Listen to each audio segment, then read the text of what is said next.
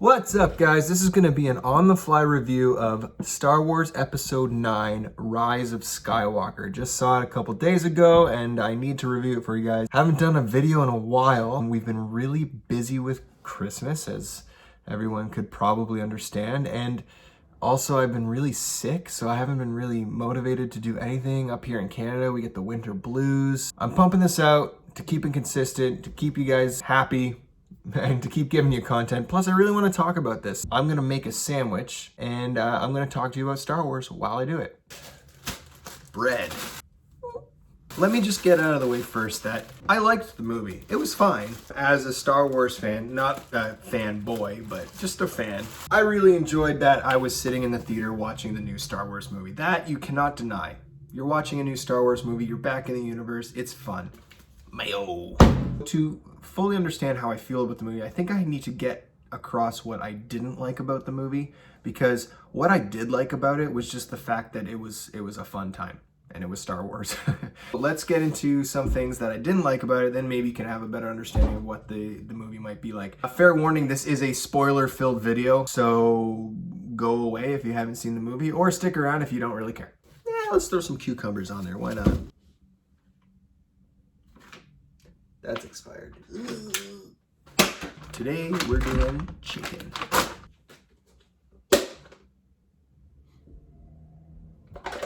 Pickles? Should I put pickles on my sandwich? I mean, I'm already putting cucumber. Why not? Okay, so first off, mayonnaise. The movie starts with Kylo Ren at the end of a mission. It's really weird. I would have loved to see the mission actually start and him complete it and watching everything in between. That would have been great.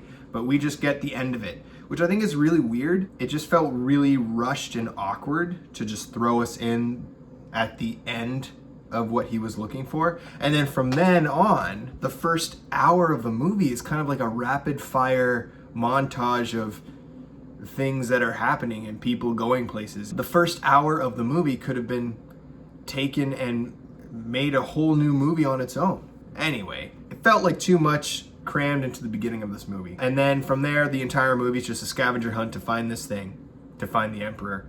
The Emperor's back. Palpatine is back. I don't know if I like the movie referring to him as Palpatine. I mean, it's Palpatine. His name is Palpatine, but he's a Sith Lord. His name is Sidious.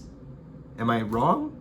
I mean, again, I'm not a huge Star Wars fan, but as a Sith Lord, his name was Darth Sidious, right? But I guess as the Emperor, his name's Palpatine. I don't know. Sidious sounds more scary. Insidious. How do you guys build your sandwiches? I put the mayo on first. Do you put the meat, the cheese, the lettuce, the veggies? Like, what do you put on next? How do you build it? I think I'm gonna do lettuce next and kind of lay everything on the bed of lettuce. Does that make sense? I think it makes sense. Another thing I hated about the movie, not hated is a strong word. Another thing I didn't like, it kind of just put me off about the movie, is that Rey is so powerful. Oh, I gotta watch this. If I remember correctly, characters throughout the entire Star Wars universe have never been this powerful. I mean, she never, ever gets hurt. She's never lost a limb. I think in this movie, she got shot by a droid a couple of times, but just like skinned her arm. Just a training droid, so maybe it was just a shock. I don't even know. She's just so overpowered and not to be messed with that why is anybody even fronting her? She's going to win no matter what. That's what I felt like. There were no stakes involved for her character. At least I didn't feel it. Next up, we have the Disney cowardice. This is just a Disney problem in general, I think. The Force Awakens is an exception to this, a little bit. They're too afraid to kill off characters, I think. There have been plenty of Disney movies that kill off characters, but when you do fake outs, that's a different story. You can't do that to me too many times in one movie and then expect me to be okay with it. If you're going to kill a character, commit to it and kill the character. Albeit they were fan favorites and a lot of people would probably be upset, but that's what it's all about, getting those heartstrings, you know? The first instance is Chewbacca. He's taken off, he's captured, he's taken off by a carrier flying away. Rey tries to stop it, and then Ben shows up. Kylo Ren shows up, tries to stop her from taking it down. And then because she's so powerful and angry, she accidentally releases Force lightning and explodes the ship. And everyone's like, what? And my jaw dropped. I thought Chewie was dead.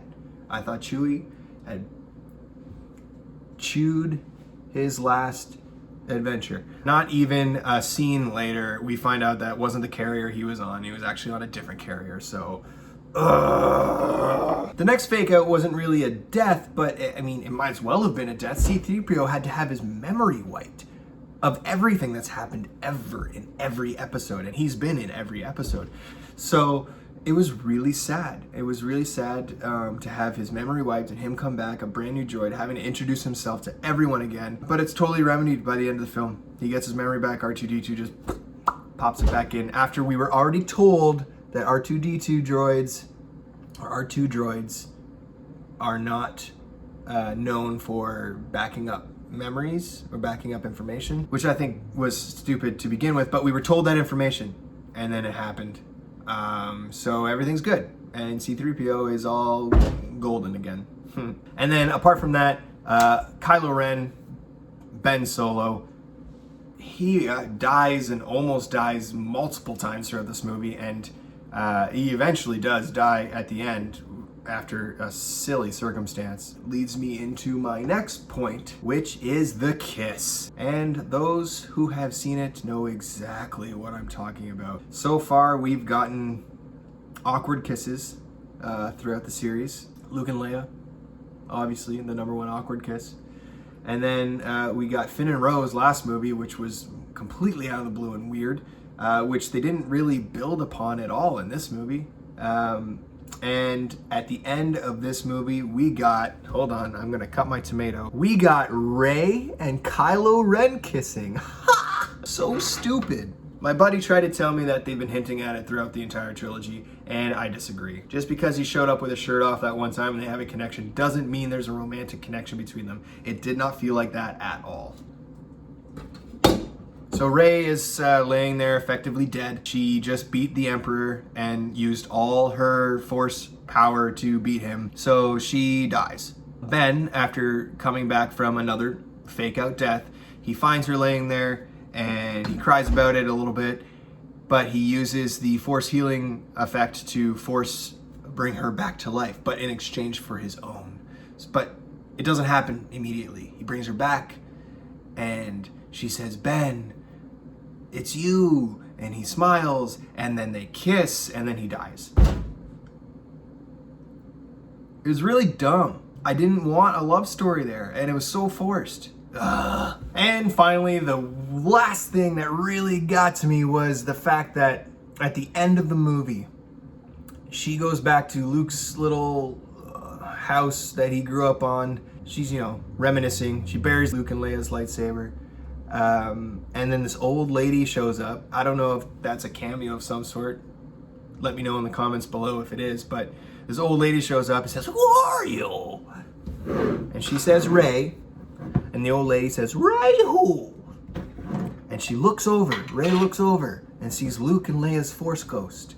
And at this point, we know that Rey is Emperor Palpatine's granddaughter. She's a Palpatine. And she looks over at Luke and Leia and she looks back at the old lady. She says, Rey Skywalker. Rey Skywalker. Really? You're just gonna take their name like that? They kind of trained you, kinda. We didn't really get to see a lot of it. You were really training by yourself, mostly in the last movie. Luke didn't help you at all. So why? They weren't really parent figures to you. Maybe a little bit, not enough to take their name. And also, this movie was marketed as the final word in the Skywalker saga. So you're gonna take the Skywalker name and continue the Skywalker name even though this is supposed to be the last of it? That doesn't make any sense to me. And that made me angry because I was told I was gonna get a finale. And yes, the true Skywalkers are gone. The core Skywalkers are gone. But to adopt the name like that, kind of peeved me off. She could have said Palpatine. She just could have said just Rey. Who cares? Why? Why, Disney? Skywalker is done. Let it go. This sandwich is gonna be so good, and it's gonna make me so much happier once I eat it. Not that I'm mad about the movie. Like I said, I liked it. I enjoyed it. I had fun with it. It's just that, like, there were some issues. I love that Chewie finally got his medal. Once Leia dies, Leia passes on the medal to Chewie, which is another thing I really like. They did Leia really, really well in this movie, I think. They made her integral to the story and helping out the hero, and her death was graceful, and yeah, it was nice. It was fine. It was fine. I don't know, I liked it, whatever. I think my consensus for this new trilogy is I liked it, whatever. That's my review. I liked it, whatever, for all 3 movies. And I have completed my sandwich. It looks amazing. I hope you enjoyed this quickie review. I don't know why I did that with my voice. But yeah, hopefully you enjoyed. We will try to make more content for you with this busy period. It's really hard, but we're gonna try because we believe in ourselves. Yeah, let's go with that. Bye!